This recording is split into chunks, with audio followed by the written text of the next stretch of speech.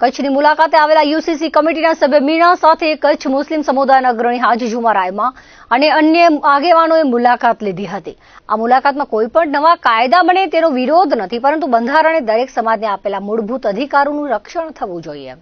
અને કોઈ એક ચોક્કસ સમુદાયને ટાર્ગેટ કરવા ન જોઈએ તેવી રજૂઆત કરી હતી। સમિતિના સભ્ય મીણા અને જિલ્લા કલેક્ટરને પણ મુસ્લિમ સમાજના અગ્રણીઓને સમાજના મૂળભૂત અધિકારોનું રક્ષણ થશે તેવી ખાતરી આપી હતી। યુસીસી માટે આજે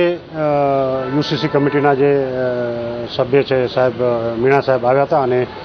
વિવિધ સમાજ અને આગેવાનો વચ્ચે ચર્ચા થઈ અને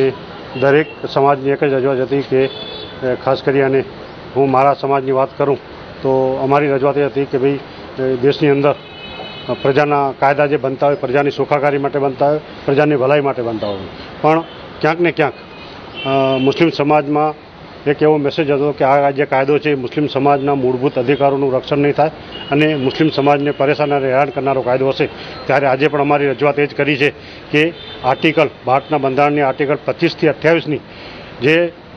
દરેક સમાજના પોતાના મૂળભૂત અધિકારોનું રક્ષણ અને મૂળભૂત અધિકાર પ્રમાણે પોતાની જીવન નિર્વાહ, લગ્ન, મરણ, નોંધણી, જન્મ આ તે બધા જે નિર્વાહનો જે આપણને હક આપેલો છે એનું કંઈ ઉલ્લંઘન ન થવું જોઈએ અને યુસીસી કમિટીના સભ્યશ્રી જે હતા એમને પણ ખાતરી આપી છે કે